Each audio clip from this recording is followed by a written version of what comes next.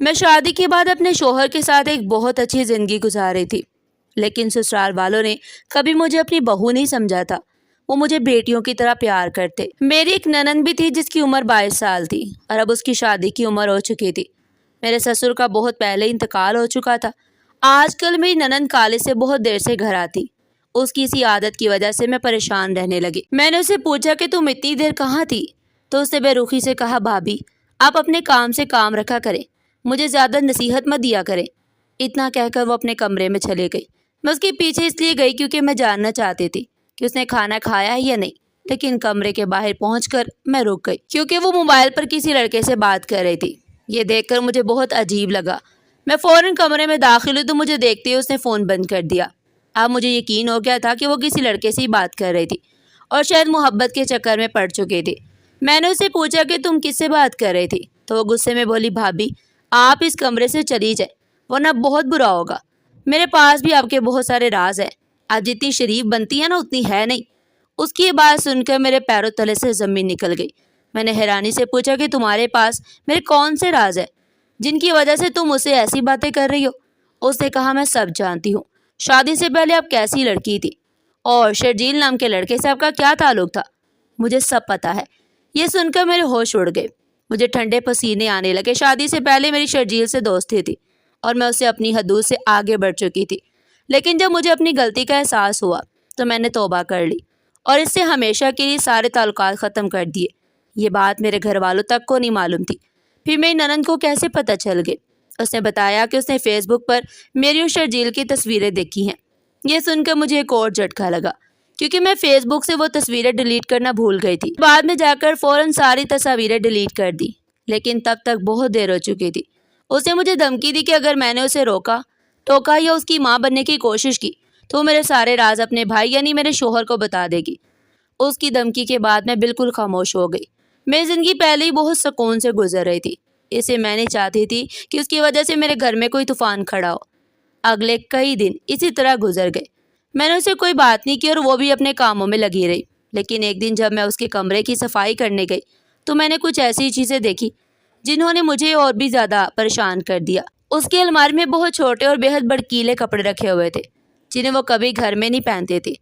اس سے مجھے شک ہوا کہ وہ باہر جا کر کوئی ایسا کام کرتی ہے جس کے بارے میں ہم میں سے کوئی بھی نہیں جانتا۔ شاید وہ کسی کو ویڈیو کال پر دکھاتی ہو یا کسی اور کام میں ملوث ہو۔ میں نے اس کی الماری میں ایسے بہت سے کپڑے دیکھے جنہیں دیکھ کر مجھے بہت برا لگا۔ اسی وقت میں نے فیصلہ کر لیا کہ میں اس کا پیچھا کروں گی اور معلوم کروں گی کہ وہ کہاں جاتی ہے اور کس کے ساتھ رہتی ہے۔ اسی دن جب وہ کالج سے واپس آئی تو میں نے دیکھا اس کے بیگ میں ایک بہت مہنگا موبائل فون تھا جس کی قیمت تقریباً 1.5-2 لاکھ کے قریب تھی۔ مجھے سمجھ نہیں آیا کہ اتنا مہنگا فون اسے کس نے دیا، لیکن میں نے اسے کچھ نہیں پوچھا اور اگلے دن کا انتظار کرنے لگی۔ اگلے دن جیسے ہی وہ گھر سے نکلی میں بھی سبزی لینے کا بہانہ بنا کر اس کے پیچھے چل پڑی۔ تھوڑی دور جا کر میں نے دیکھا کہ ایک شاندار گاڑی اس کے سامنے آ رکی اور وہ بغیر کسی جھجک کے اس میں بیٹھ گئی۔ گاڑی دیکھ کر صاف لگ رہا تھا کہ وہ کسی بہت امیر لڑکے کی ہے۔ میں نے فیصلہ کیا کہ شام کو گھر واپس آنے پر میں اسے ضرور بات کروں گی۔ شام کو جیسی وہ گھر آئی میں غصے میں اس کے سامنے کھڑی ہو گئی اور کہا، آج جو کہنا ہے کہہ دو، لیکن میں تمہاری یہ حرکت بالکل برداشت نہیں کروں گی۔ تمہیں شرم نہیں آتی کہ تم کسی غیر لڑکے کی گاڑی میں بیٹھ کر گھومتی پھرتی ہو؟ اس راستے میں تمہارا ہی نقصان ہے۔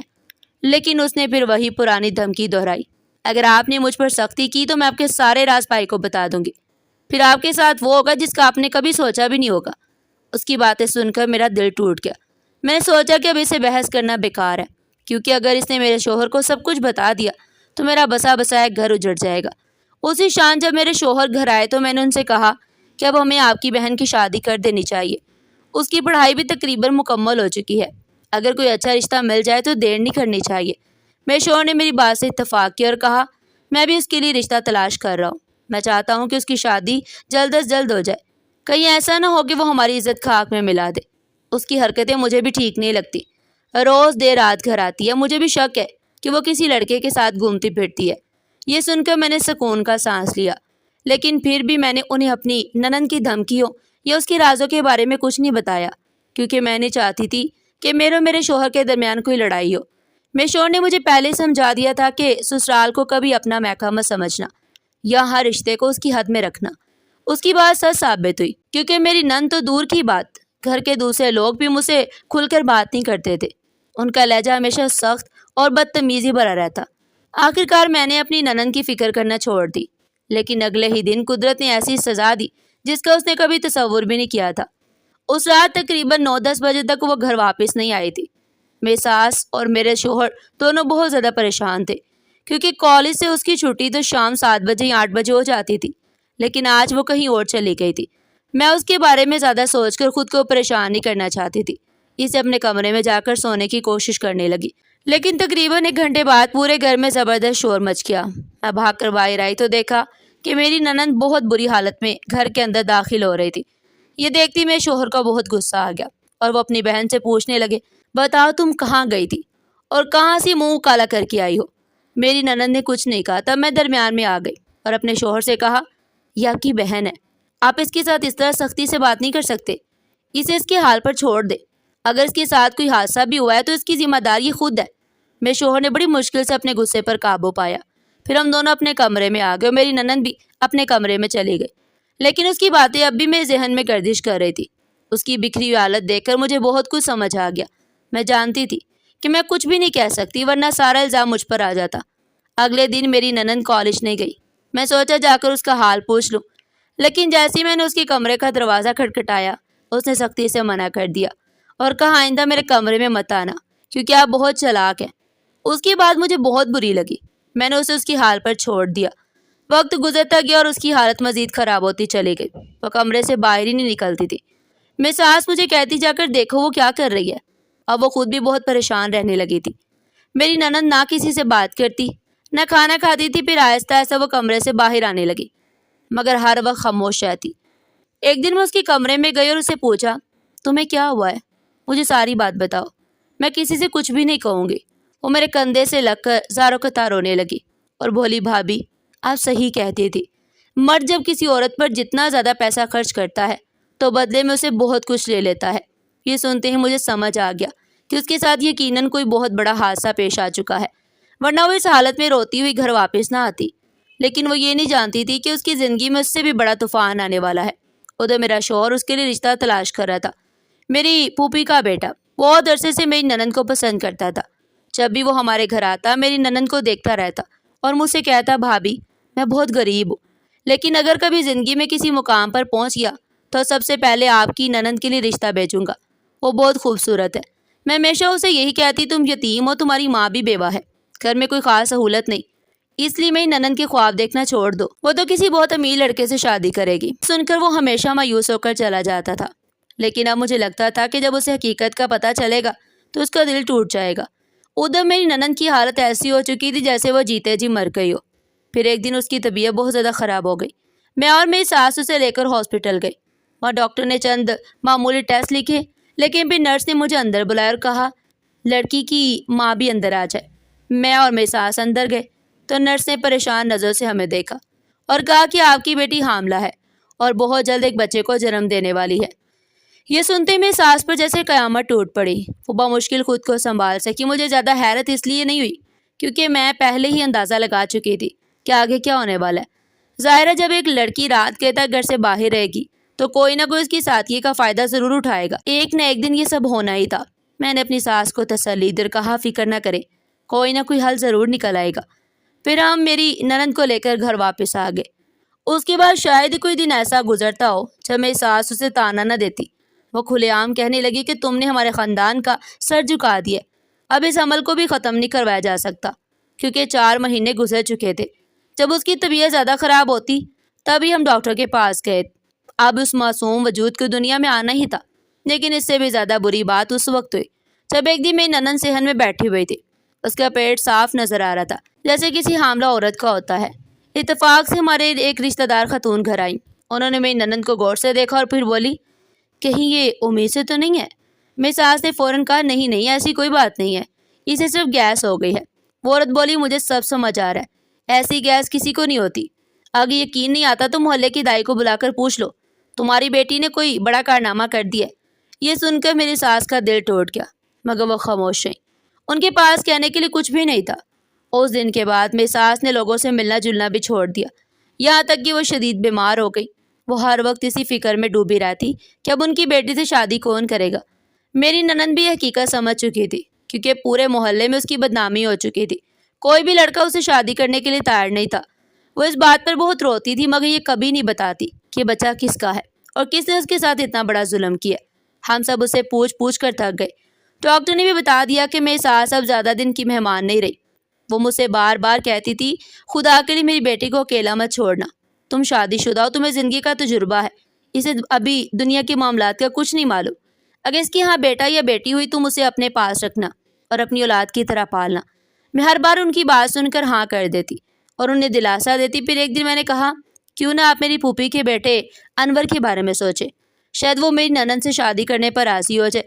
میں نے دل ہی دل میں فیصلہ کیا کہ جب بدنامی ہو چکی ہے تو کیوں نہ انور سے بات کی جائے، کیونکہ وہ میری ننند سے جنون کی حد تک پیار کرتا تھا۔ میں جا کر ساری بات اسے بتا دی۔ پہلے تو وہ کچھ گھبرا گیا، پھر کہنے لگا کہ میں نے زندگی میں اگر کسی سے محبت کی ہے تو وہ آپ کی ننند ہے، اور میری محبت سچی تھی۔ یہ میری محبت کا امتحان ہے، ورنہ ایسی خوبصورت لڑکی سے کون محبت نہیں کرتا۔ اس مشکل وقت میں ہی اس کا ساتھ دوں گا۔ اگر آپ کہیں گی تو میں بچے کی پیدائش کے بعد اسے نکاح بھی کر لوں گا۔ میں اپنی محبت کی خاطر ایسی لڑکی کو بھی قبول کرنے کو تیار ہوں جو پہلے کسی لڑکے سے تعلق رکھ چکی ہو اور اب اس کے بچے کی ماں بننے والی ہو۔ میں نے اس کا شکریہ ادا کیا اور گھر واپس آ گئے، مگر افسوس کہ میری ساس کا انتقال ہو چکا تھا۔ انہوں نے جاتے جاتے مجھے دل سے دعا دی تھی کہ اگر میں اس بچے کو اپنا سمجھ کر پالوں گی تو اللہ تعالیٰ مجھے اس کا بہترین اجر دے گا۔ میں نے بھی اپنی ساس کی ہر بات پر عمل کیا۔ جب وہ زندہ تھی تو ان کی خدمت کی، اور جب وہ دنیا سے رخصت ہو گئی تو ان کی وصیت پوری کرنے کے لیے اپنی ننند کو کبھی کوئی سخت بات نہیں کہی۔ میں نے اسے کہا کہ انور تم سے شادی کرنے کے لیے تیار ہے اور یہ بچہ تم میرے حوالے کر دینا۔ میری ننند اس بات پر راضی ہو گئی کیونکہ اب اس بچے کو ضائع کرنا ممکن نہیں تھا۔ 9 مہینے بعد میری ننند نے ایک خوبصورت بچے کو جنم دیا۔ وہ بچہ واقعی بہت پیارا تھا۔ میں نے اسے اپنی گود میں لے لی اور اسی کے ساتھ میری ننند کی شادی انور سے کر دی۔ میری ننند اپنے کیے پر بہت شرمندہ تھی۔ میں نے اسے دل سے معاف کر دیا اور وہ انور کے گھر چلے گئی، اور میں سوچنے لگی کہ اب اس بچے کو کیسے پالوں گی، کیونکہ میرا اپنا بھی 2 سال کا ایک چھوٹا سا بیٹا تھا۔ پھر مجھے اپنی ساس کی وہ بات یاد آتی کہ اس بچے کو کبھی یتیم خانے مت دینا، اسے خود پالنا، اللہ تعالیٰ تم سے راضی ہو جائے گا۔ ایک دن میں گھر کی صفائی کر رہی تھی کہ دروازے پر دستک ہوئی۔ میں نے دروازہ کھولا تو سامنے ایک بوڑھا آدمی کھڑا تھا۔ اس نے پوچھا، کیا جاوید صاحب کا گھر یہی ہے؟ میں نے کہا، جی ہاں یہی گھر ہے، میں ان کی بیوی ہوں۔ وہ کہنے لگا، میں آپ لوگوں سے معافی مانگنے آیا ہوں۔ اگر آپ لوگ مجھے معاف نہیں کریں گے تو میں کبھی سکون سے نہیں جی سکوں گا۔ میں ہر وقت اپنے آپ کو ملامت کرتا رہتا ہوں۔ میں نے اسے پوچھا، آخر بات کیا ہے؟ اسے بتایا کہ وہ ایک کاٹن فیکٹری کا مالک ہے۔ اللہ نے اسے دنیا کی ہر نعمت دی ہے، مگر اس کا بیٹا بہت آوارہ تھا۔ یہ کہتے ہوئے اس کی آنکھوں میں آنسو آ گئے۔ پھر وہ بولا، بیٹی، ہر انسان کو اپنی اولاد پیاری ہوتی ہے۔ میرے بیٹے نے تمہاری ننند کے ساتھ بہت بڑا ظلم کیا تھا، اسی کی وجہ سے وہ بچہ پیدا ہوا۔ مجھے تمہاری ننند کے بارے میں سب کچھ معلوم ہے۔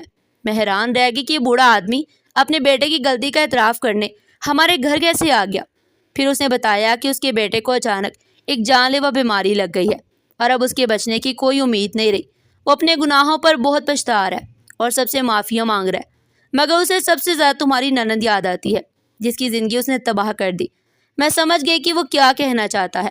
میں نے اسے کہا کہ آپ فکر نہ کریں، میں نے اس بچے کو اپنی اولاد کی طرح پال پوس کر بڑا کیا ہے، میری ننند بھی آپ کو معاف کر دے گی۔ پھر میں نے اسے بتایا کہ وہ میری بہن نہیں بلکہ میری ننند ہے۔ یہ سن کر وہ حیران رہ گیا اور کہنے لگا، بیٹی، تم نے میرے پوتے کو اپنی اولاد سمجھ کر پالا ہے، میں تمہیں اس کے بدلے ضرور کچھ دینا چاہتا ہوں۔